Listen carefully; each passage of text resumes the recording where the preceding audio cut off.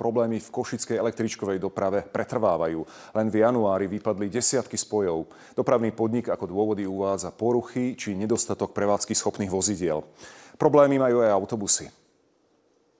Košický dopravný podnik musí niektoré električkové linky nahrádzať autobusmi. Problémom je najmä nedostatok prevádzky schopných vozidiel.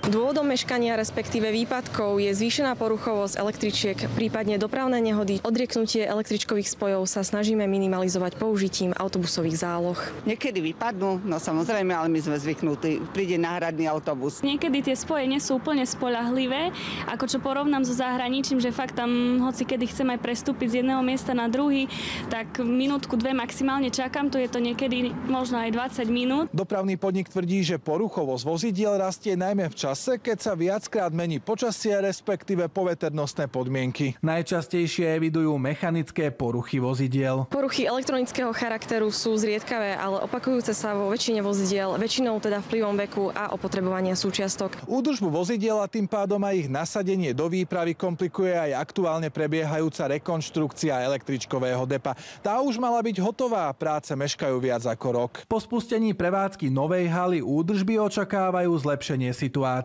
Pomôcť by mala aj pripravovaná modernizácia 9 kusov tzv. Veľkých obojsmerných električiek.